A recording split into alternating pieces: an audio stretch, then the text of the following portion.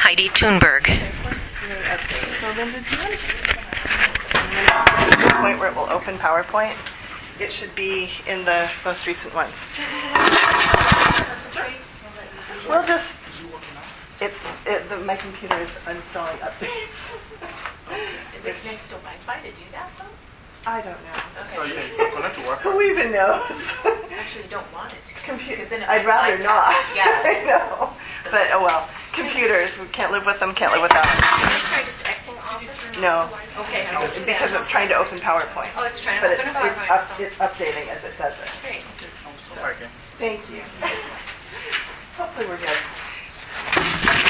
So we're going to be talking about singles and families when they serve together on the field. And I actually recruited one of my teammates who has served with singles as a family member. But I wanted to start, and I have a PowerPoint for this, but you're going to not get to see it, sorry. I wanted to start, before we start talking about the missionaries on the field, I'd like to start with where they come from, and that is here. And in a little bit, you guys are all going to get involved in kind of thinking through some of this together as well. But imagine that the PowerPoint says that missionaries come from American culture. And when we think about singles and families together, I want to talk a little bit about American culture and some of the other things that they come from. In American culture, we're a very individualistic society. In fact, we're off the charts. If you look at every other nation, we're way more individualistic, which means that we as Americans tend to think of ourselves first as individuals rather than as members of like the big community. I'll do what's right for me and for my family, rather than focusing first on what's right for everybody else.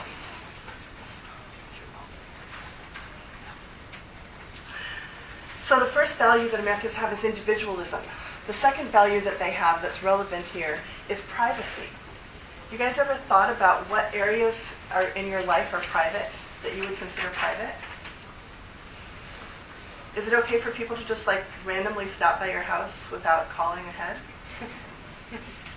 Not so much in the city, right? Sometimes you can do that in a rural community. Is it okay for them to just walk into your house and, borrow something that they need? Not for most of us. You'd have to know your neighbors pretty well, right? If you know your neighbors, maybe you've given them a key because you do have that kind of relationship and you help each other out. But Americans tend to consider a lot of things private and personal space.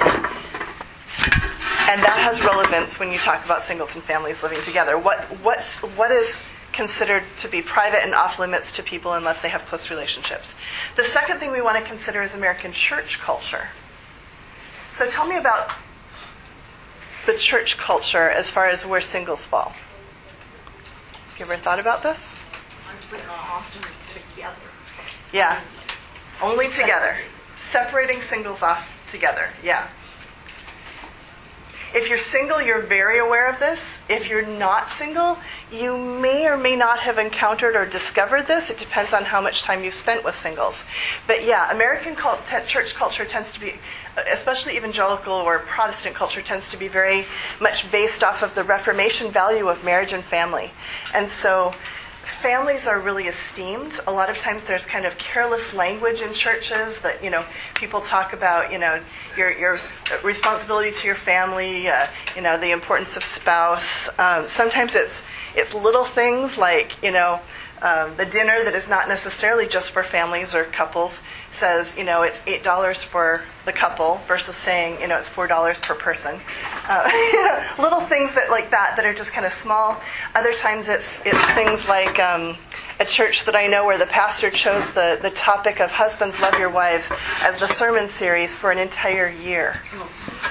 Where the theme, because he really felt like marriages were in trouble and that, things could really turn around if husbands would take their right position. But what about all the people who didn't have a spouse?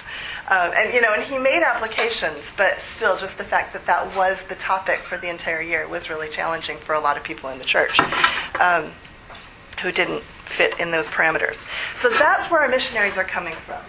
You're there, right here. I will be your little holder here. Individual society, individualistic, and privacy. We value those things. Value of marriage and family. And if you can't see, you might consider kind of moving up and moving in. Eventually since it'll we're be having halfway. technical Maybe. issues here. And then the other piece of that is that we tend to be very age segregated in American church. You ever thought about that? How much do your churches do as an entire community, and how much do they do separate? If you think about your own church that you attend, where would the proportions fall? What do they do together? Everybody? Even babies? Oh, no. Sorry. Is there anything that churches do all together? Dinner sometimes. Maybe dinner? Maybe a church picnic? What do they do separately, where they age segregate at least some members of the congregation? Sunday school. Sunday school for sure. That's a huge one. There's practically no church that I know of that does Sunday school for all ages. Even worship service when you send children to children's church. Yeah, children will maybe stay for the singing and then they're off. Bible studies too, outside the church. Yeah. Small groups. Uh-huh. Yeah. Some small groups are span the age groups, and some of them are very specific they target a specific, life stage or group. Yeah. So the age, this isn't the best marker, is it? Age segregated. Here's purple. Yeah. Again. Thank you. Why does this matter? Because historically, American culture, people tended to live in the same place, and they developed really deep relationships with a few people, but primarily they spent time with their extended family. My dad talks about when he was a kid, every Sunday after church, they would go to his grandma's house, my great-grandma's house, and there were 10 kids in that family, and then each of them had their own children. So my dad and all of his many, many cousins hung out at Grandpa and Grandma's house all weekend. And the extended family helped to raise the kids. Now, Americans are not as stable anymore either, but the reality is that culture has not caught up with those changes. And so we still tend to be very inward focused. What happens when missionaries go to a different country? Where are those friends and extended family? Halfway around the world, right? They're not accessible anymore. And so at this point, the fact that families don't have support for one another and singles don't have support becomes really significant when you look at what needs do those groups have and how can they minister to one another. So we're going to start out talking a little bit without my PowerPoint. We'll just have to. It's okay. We'll just go without. Now I have to pay attention to my notes a little bit more carefully. Let's start talking about singles. So tell me about singles. Let's get a good marker. Singles? Does this work? Yeah, sure. Oh, that's awesome. It even works. Tell me about some needs that singles have. Well, okay, let's look at different ages first. So there's young singles. I would maybe say most of them are pre-married. they're still anticipating, if you're in your 20s, you're usually anticipating still that, when I get married, and there's still kind of that looking ahead to being married. What needs do singles have at that point? On the field, sorry. Yeah. Most of them would probably be either new missionaries, relatively speaking, or they'd be short-termers. Some of them may be long-term if they've served. Usually they'll start short-term and then maybe they'll serve longer. Logistical help. Logistical help, okay. So say more about that. Housing, how to get around transportation, how to shop, how to cook for themselves. Well, if they're teachers, they might need some help. Okay. Say more about why. It just depends on their spiritual maturity, but some might even need help and discussion about, do you have daily devotions? Are you taking time for yourself, but not to an excess? So some mentoring. Yeah. If they go into a dating relationship, they're going to need accountability because as soon as you go into a third culture and you're there as a single, all your energy will go to anyone who gives you attention. Yes.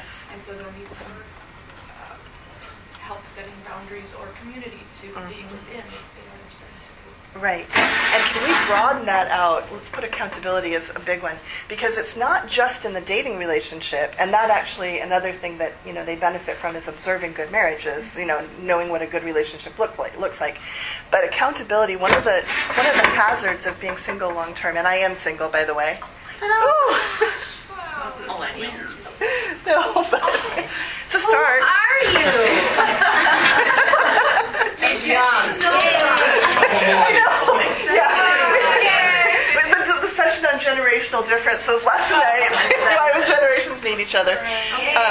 So, no, don't turn it off. I think people are taking notes. We need a light. Or some people are anyway. Yeah. The lamp. We'll turn the lamp. Oh yeah, that works. That probably helps. Can you I see think your that notes? shows I can, but I think other people are writing. also is that we have to allow us to accept the leadership of the young people and their growth and their thoughts and wisdom that sometimes might be difficult. Yes.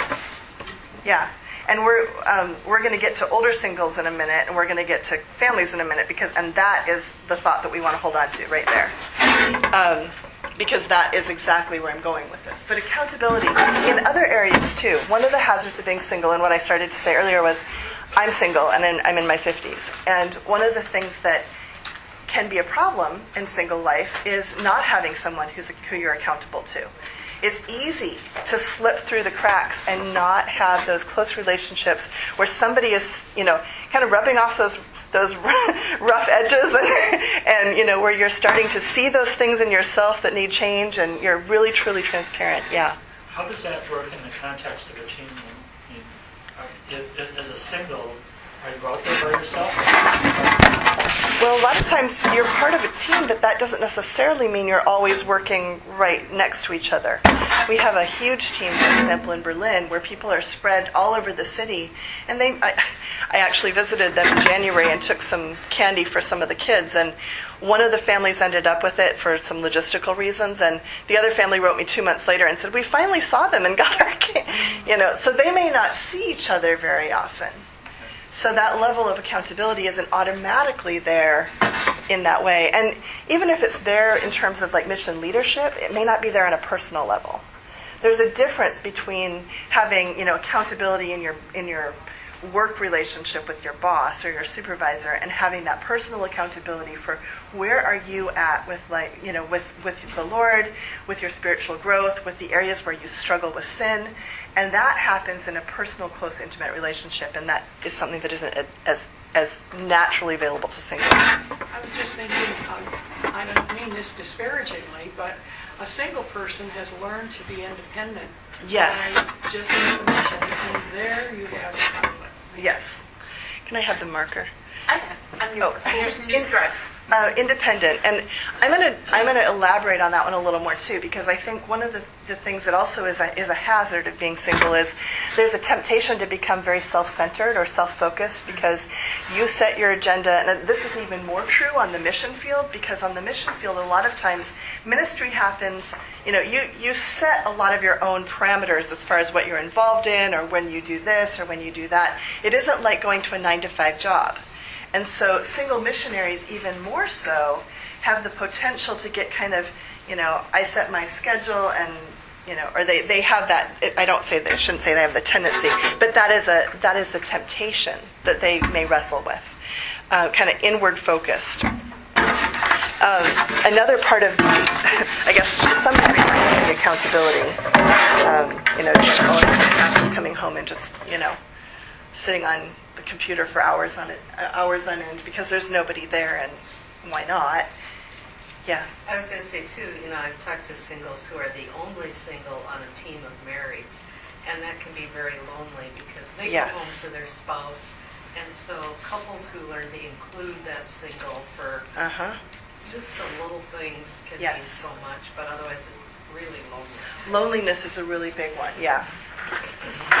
And the flip side of the independence and the kind of the self-focus is becoming overcommitted.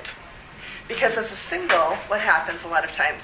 You say, well, this ministry thing needs to be done. Well, you're single, you don't have a family, you can take care of that. Well, could you do this? You don't have a family. Well, I need to be with my family, but you could do that, couldn't you? And what happens is singles who can plan their schedules, and they can work 12 to 15-hour days.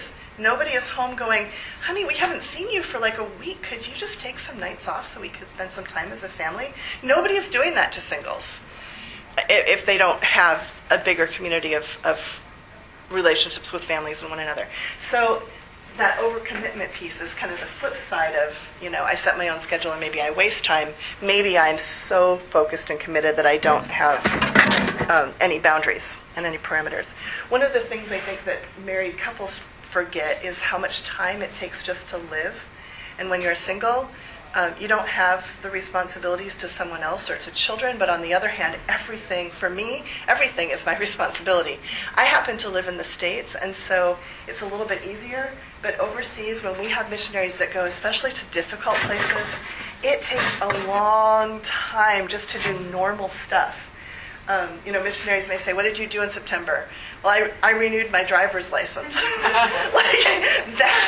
That took hours and hours every day for weeks on end to be able to go to this place and that place and get the right paperwork and take it to this place and do this testing and then, have to redo it because it wasn't done right. And it was, so just logistical things take a huge amount of time, and that can be really challenging as a single. Okay, now, one more thing. Another thing that nobody's mentioned so far, but for the sake of time, I'll just say it. In certain cultures, it's not acceptable for singles to be there by themselves. And so for a single on their own, their ability to minister is really limited and curtailed.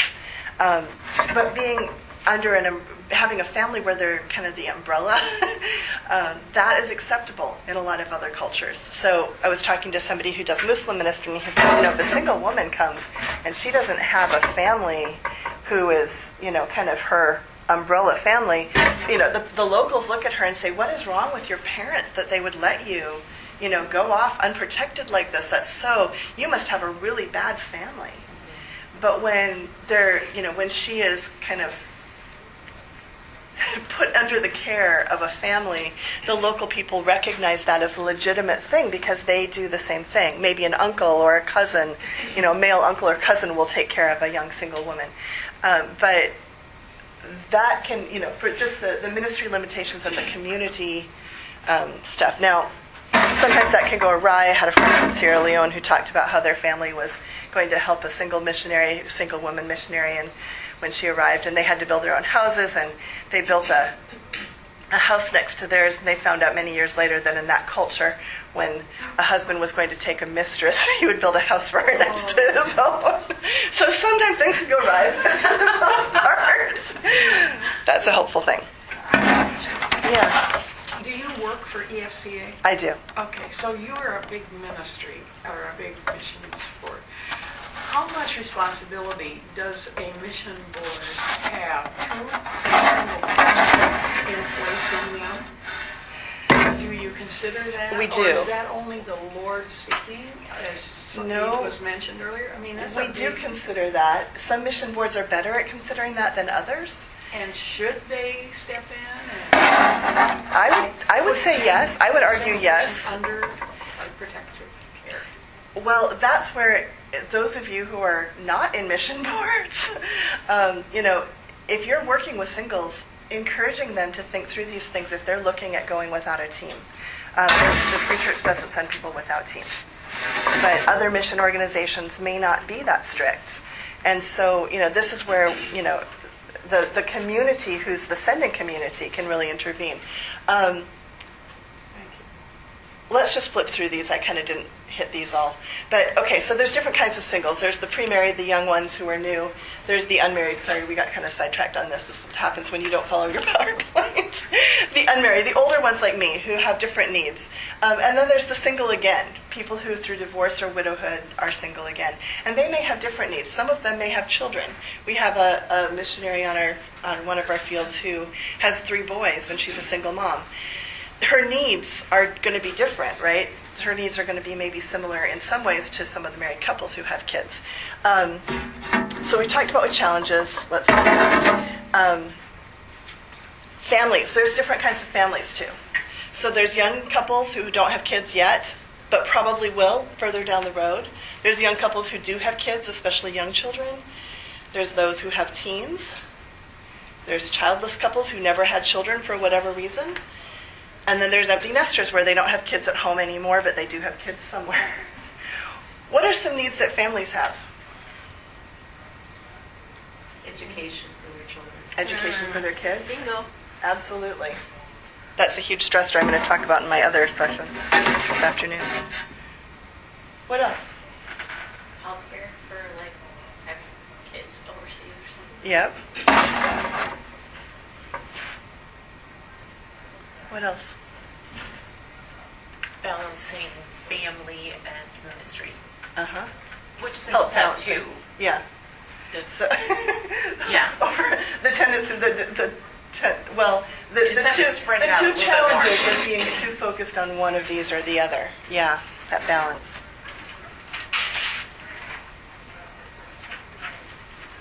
What else? What do parents need? What do the parent parts of these couples need? Those Well, were if they're ministering, both the husband and wife, who's taking care of the kids? Or how do they manage that? okay. So help with the kids. Investment in the kids. Can I broaden that out? Even if they're home and they're taking care of their kids, does it help to have other people who invest in your kids? Those of you who are parents, those of you who have been kids, it matters, doesn't it? One of the things that was such a blessing to me, and I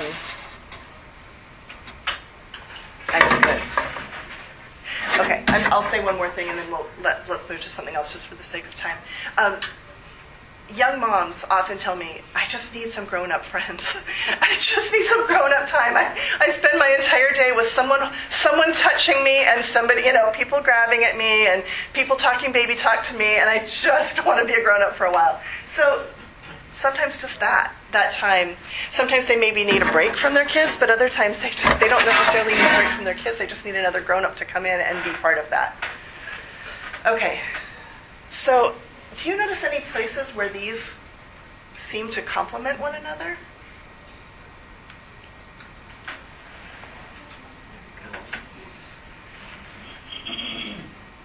That these two things tend to be the same, whether you're balancing family and ministry or balancing family and personal life? That you can maybe learn from one another, and if one of you is doing well, you can encourage and strengthen the other? Education, maybe, kind of. Yeah. So, Well, an investment in the kids, and then loneliness, accountability.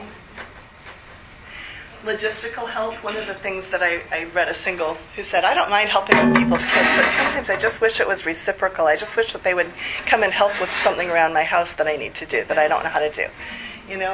Could that be something that would be an encouragement? What do missionary kids need? Friends. Friends. Yeah. What else? Extended family. Extended family. Grandma and grandpa, aunts and uncles, cousins, they're all far away.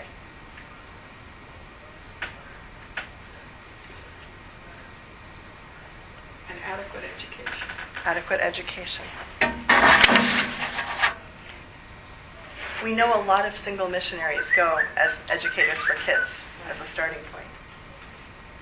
And hopefully, those families who are benefiting from their teaching will incorporate that single person into their Yeah. family. But maybe that's a sticky issue with teacher coming for dinner.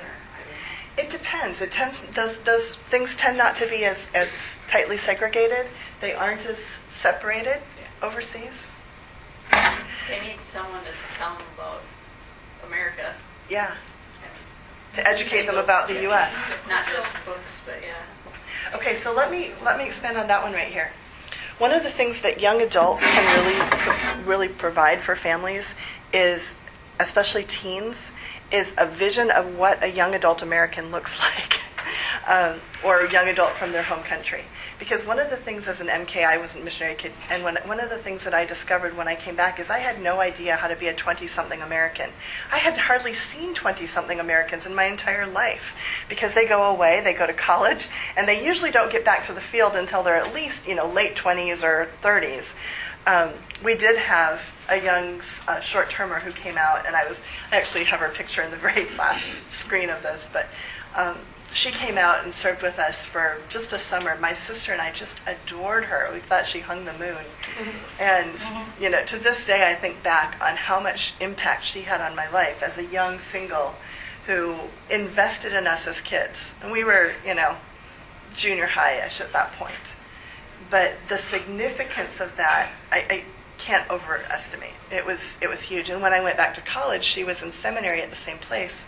And she ended up taking my sister and I and the other MK who was on the field with us at the time and doing a Bible study with us. So that input spiritually into our lives and helping us grow continued even beyond her service on the mission field. But that's a huge thing. I think she really helped in that adjustment, like you were talking about, understanding American culture. The extended family piece. One of the traditions that has kind of fallen by the wayside a little bit in a lot of places, but still continues in parts of the mission field, is calling the other missionaries auntie and uncle. And that is a wonderful illustration of what it feels like for missionary kids. Most missionary kids I talk with say that their missionary aunties and uncles on the field and their MK cousins on the field feel like family to them as much or more than their extended family. That actually can be kind of a loss for the extended family sometimes, the biological extended family. But the reality is that these are the people who you grow up with, and these are the people who invest in your lives and who love you and who love them back. And you spend vacations together, and you play together as kids, and all of those things become really, really valuable when families are involved with one another, but also when singles are involved with families. When we talk about singles and families, it's really easy usually to see why singles need families, right? We look at this and we're like, oh yeah, they need so much help, they need accountability, they need company. When I talk about families needing singles, I feel like I'm talking about the popular kid who befriends the kind of the nerdy kid, and the popular kid thinks they're doing the nerdy kid a favor. They don't realize, and the nerdy kid thinks that they're doing them a favor. They don't realize that this kid has loyalty and substance and things that will provide as much back as they receive. And I think a lot of times the perception for missionaries coming from the States has been that the families are the givers and the singles are the receivers. And that's a hard position to be in. But what a blessing when that isn't the case. I was talking with a single co-worker of mine a couple days ago, actually in preparation for the session. And she's in her 60s and has just moved back to the States. And two of our missionary couple co-workers were out visiting and putting together bookshelves for her in the background as I was on the phone call with her. And she said, it was such a blessing because I feel like I just need so much from them. And I said, thank you guys for coming out and doing this. I just feel like I'm always asking for help. And they said, you just bless us so much. And she said, I needed to hear that. I needed to hear that it wasn't just me being the receiver, but it was me also being the giver to them. And the reality is that whenever you have close relationships with somebody, they're that are deep and mutual, there isn't a difference between whether you're single or married. It's the relationship that gives. It's not because you're in a different position in terms of your marital status. Linda, you talked about having singles that you served with. Linda was in Brazil. Tell a little bit about what you think went well and what you think didn't. Yeah, we had a team, and then there were 3 couples on the team, and then we had a single arrive on the field, a single guy, which is kind of unusual sometimes. But he needed a place to stay at different times, and he lived with us for almost a year at one point with our 2 little kids. And it was kind of interesting to watch how our kids just really gravitated to him. It was so healthy and fun. You know, our son lost his room and had to sleep in the same room as his sister. You know, all of a sudden he's in a pink room, you know, in a bunk bed. And I remember, you know, Craig, our single friend, he would say, you know, if you guys want me to find a different place, I'll move out. And we were like, well, this is working okay for us. And honestly, he fixed more things around the house than my husband did. So I was like, yes, this is working. That beautiful mutual benefit thing. But, you know, we did mostly talk to our son who lost his room. And we said, Nick, you know, Craig is, you know, said he's willing to, you know, move out and find a new place. And he's like, no, I love having him here. You know, so I think just in that moment we saw the incredible value of incorporating him into our family. And then after he did move out, we had him over once a week to play games and have dinner, and we'd always make it a special event. And he was very much a part of our life and our family, and it was definitely mutually beneficial. Having said that, we also had, you know, a single that came down that wasn't that same, didn't have that same dynamic, and I can look back and see how, you know, we didn't, as, you know, team leads and as a family, you know, it was a single woman, and she had a lot more needs, and those needs just became overwhelming to us. But I don't think I was very aware of or cared enough for how it must have felt for her to be there. And I wish I could go back and redo some of that. So I think we would have benefited by having those direct conversations about what is it like for you to be a single? What are the expectations that she had of us? I think she had a lot of expectations from us, but what were our expectations that maybe were unrealistic too? So we did some things right and we did some things wrong. And that leads well into the next topic, which is how do we facilitate this? How many of you who are in this room are involved with some kind of, like, involved with a mission team where you could actually speak to both couples and singles about this versus, okay? How many have just individual relationships with different missionaries for whatever reason? Okay. So depending on, you know, those of you who have contact with both, you have the ability to really encourage both groups to be part of each other's lives. Those of you who maybe just know singles or you just know families, it's maybe a matter of helping them to see the way that they can benefit one another and encouraging them to invest in the other group. Like I said, it's harder to encourage singles to invest in families in a way because singles feel like their contributions are not as appreciated necessarily. Usually the place where families do automatically feel the need is for something, you know, to do with their kids. But even investing in MKs, missionary kids, especially as they get into their teen years and they are looking at going back to the States, but even beyond that, they're just getting to the point where they don't talk to their parents about everything. But they need somebody to talk to. Now, depending on how long they've been overseas and whether they've been in national school, there may be exceptions to this, but most missionary kids in their teens, English is their heart language. And so they may have people in the local church, they may have people in the community who they talk with, but it's a different conversation when you talk with someone in your heart language.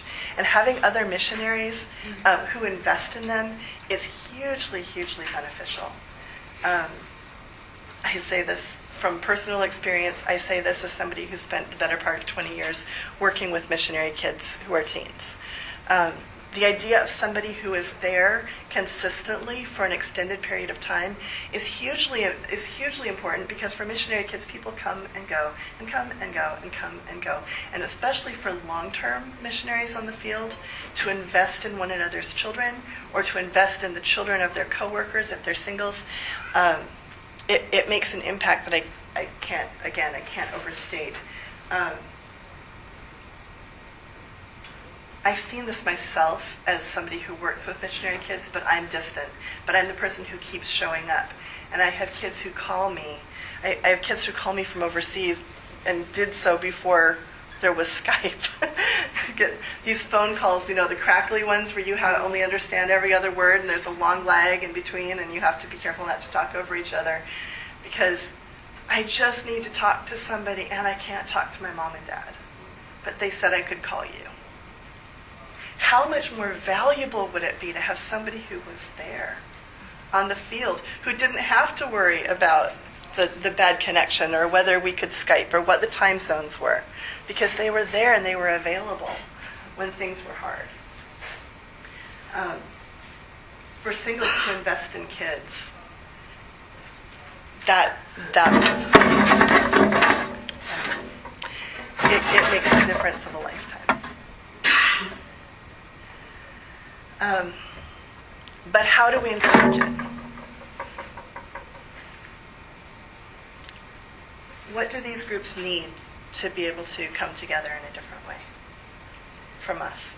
What can we? Respect. Okay. Say more about that. Respect is that value of each individual. They need respect for one another. Right. How can we encourage that?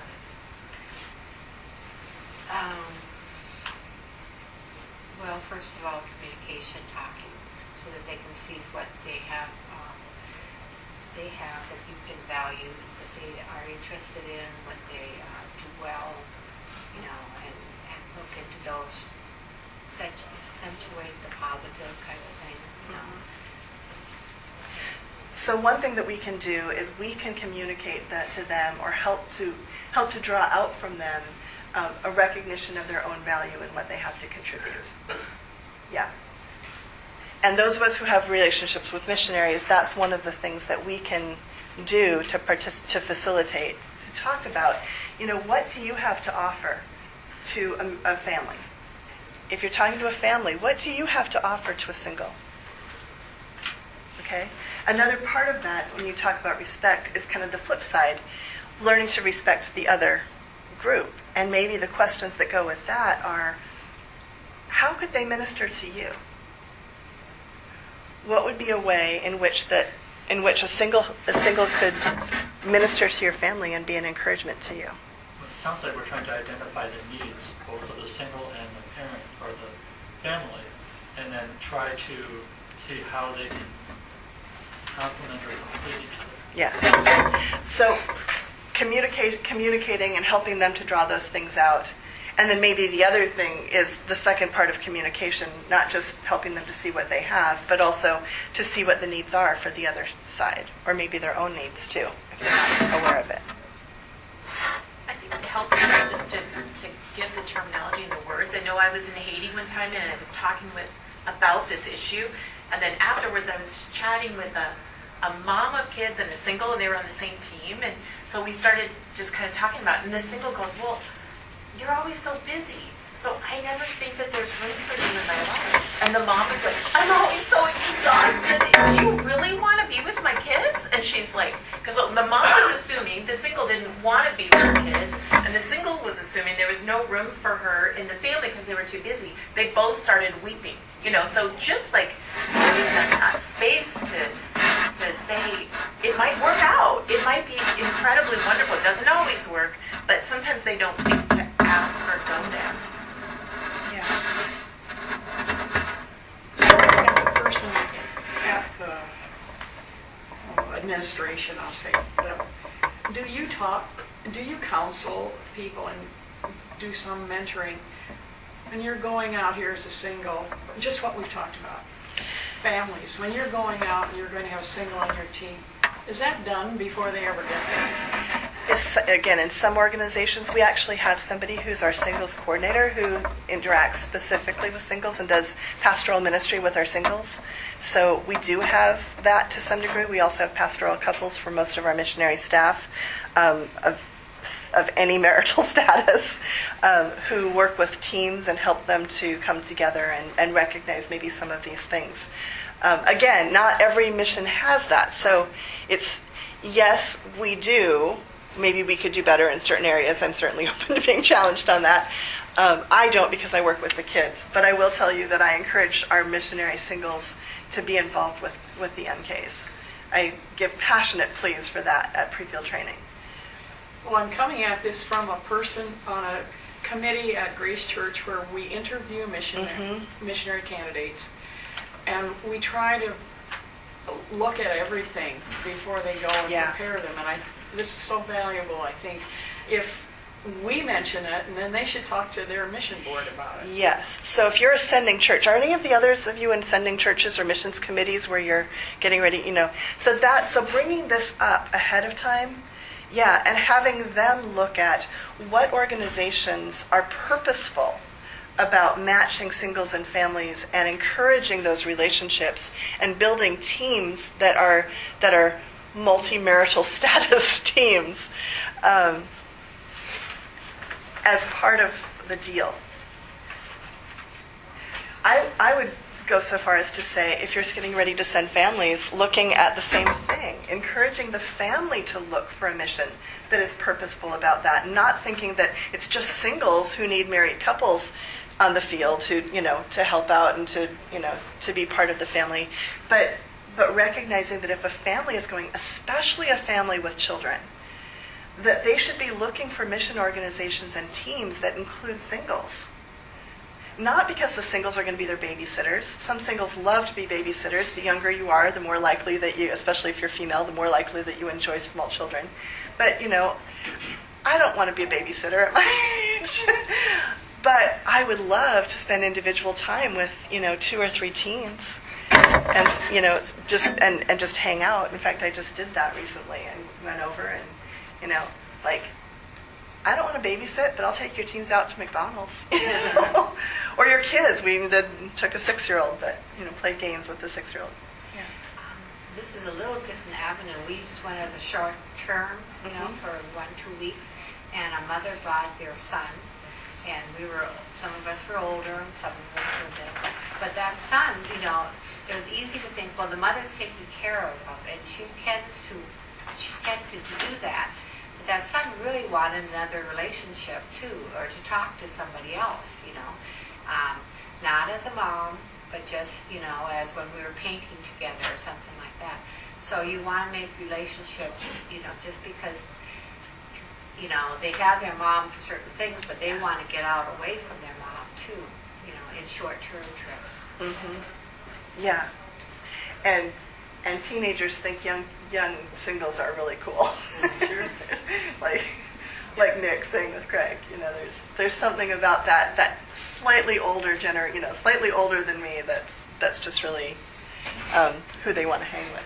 And the funny part is Craig he's my age, but because he was single, he was so young-hearted that our kids were like, he's so cool, he serves, we're like going,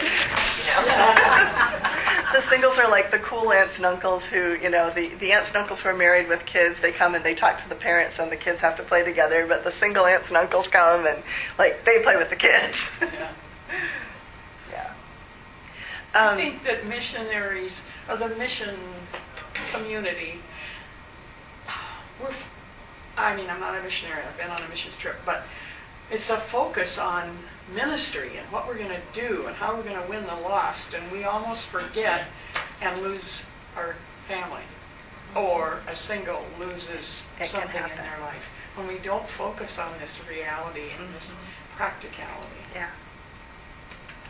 And that leads me to my last slide, which I think we're probably a couple back, but one of the things that's valuable about having teams that include singles and married couples and kids is that they benefit one another and they can minister to one another, and that enriches their lives. But keep going. We're going to skip that. But there's another piece, and apparently my slideshow is out of op. Just keep going. We'll get them all up there. There we go. Oops. Sorry. There's another benefit, and that is there's a benefit to ministry. Missionaries are there to minister, and a lot of times they can kind of fall into the trap of thinking, well, if I'm ministering to the other missionaries, I'm not doing ministry. But the reality is that it isn't just the ministry. Ministry to one another is ministry, but it's also something that makes us much more effective in the communities that we serve overseas, because we demonstrate God's character. God is the God who puts singles in families, and it shows a reflection of Him when we care for one another.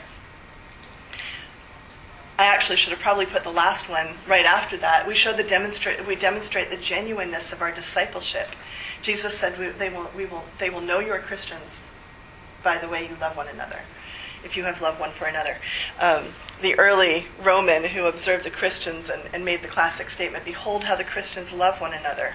Look at that, how those Christians, they really love one another. That has an impact on the community. Jesus is saying, and that Roman person was observing, that people are drawn to Christ when they see our love for each other and when we care for one another. We illustrate the body of Christ. Just as bodies have many parts and each has a special function, so it is with Christ's body. We're many parts, but we belong to one another. Everybody is different, everybody has a unique place, but we connect and we bond and we complement one another. And that's something, again, that the community sees and is drawn to. It's a multi-generational, that it's not just Jesus is for the young or Jesus is for the people who have families and, if you're young, you're still living it up and you don't need Jesus yet. Jesus is for everybody, from the very beginning all the way to the retirees.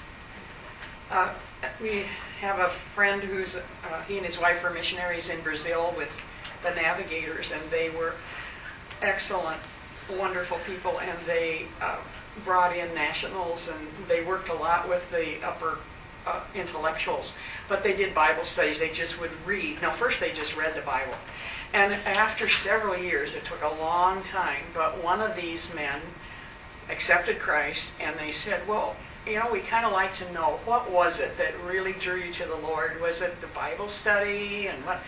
Oh no, it was how you loved your wife that impressed me. Yeah. I just never got over that. Yeah.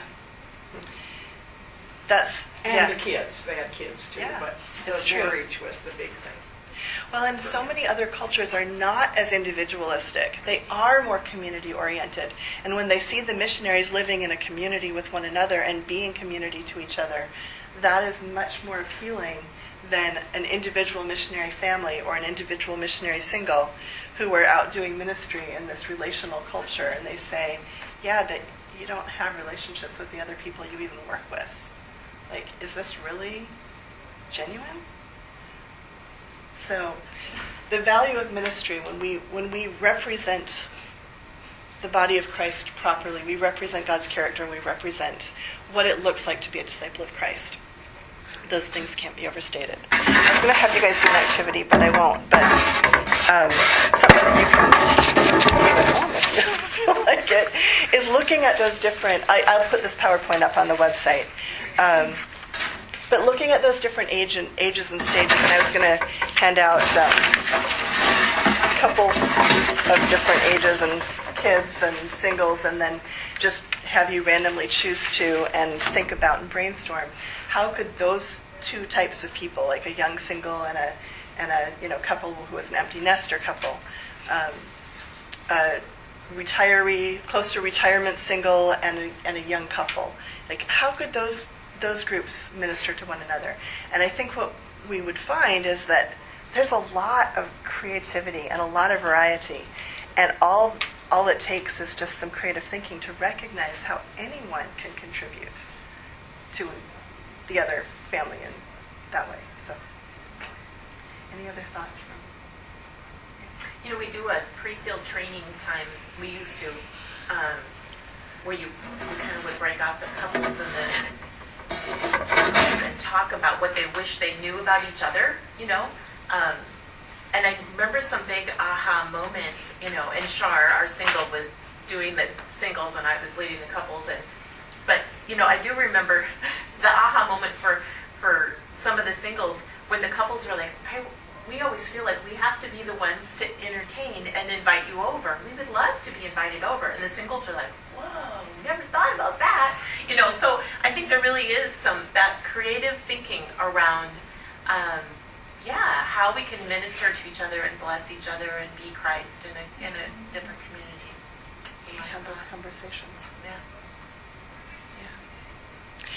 Yeah. We have a couple minutes. Any questions? Ultimately, being that the missionaries are on the field, how can we be more of an encouragement and involvement long long distance like this, is there, I know, we've got technology the way it is now and that type of thing, but we're not really there with them. Mm-hmm. And I guess my concern is overstep our bounds and that type of thing. That's a challenge because, yeah, it's hard to know how much is too much and how much is just right, how much is not enough. I think if you have a relationship with a missionary before they go, whether it's a personal connection because there's somebody you know personally, friend or family member, or if it's a missionary that your church supports where you have some, connection through the church, you can maintain that and develop that into a very supportive and encouraging relationship. We're actually going to talk in my session this afternoon about kind of supporting your missionaries across the span of their ministry. But I know my parents used to get a lot of letters. This was back in the day before technology. And some of them were just, busy, like, okay, I've got to respond to this. But there were other people who were just encouragers.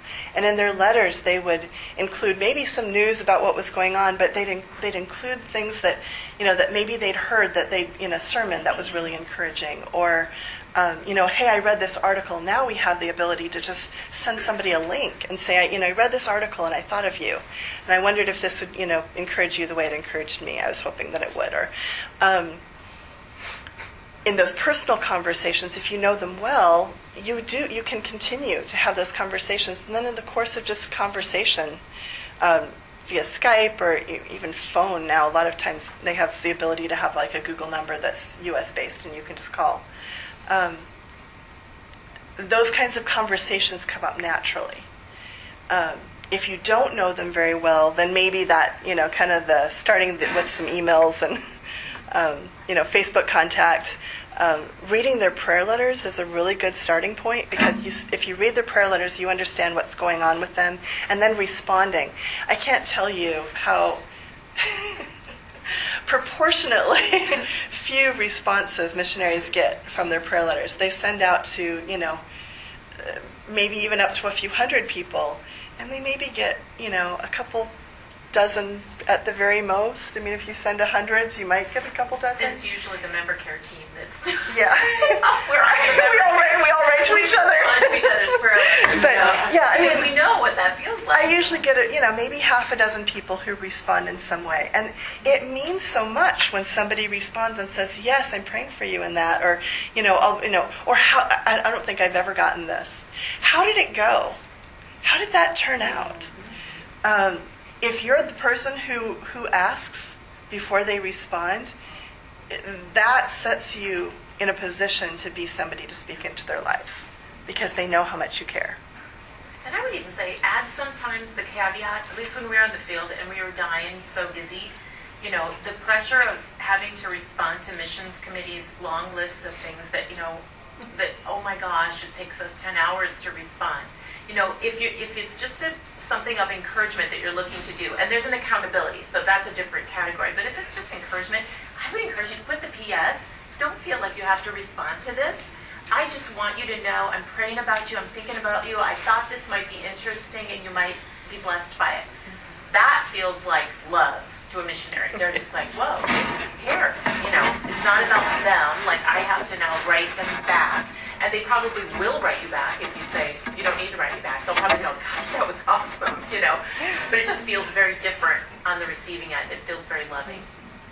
Yeah. Does that answer the question? Another example is my daughter, when she was just turned 16, went as a foreign exchange student down to Argentina. And I didn't write her as much as I should have. I didn't write her at all. One lady in the church wrote her every single week. Wow. And the reason she feels that she kept her spiritual and she grew spiritually in an environment that had any Christians, she wasn't able to go to church a lot, was because that lady wrote every single week.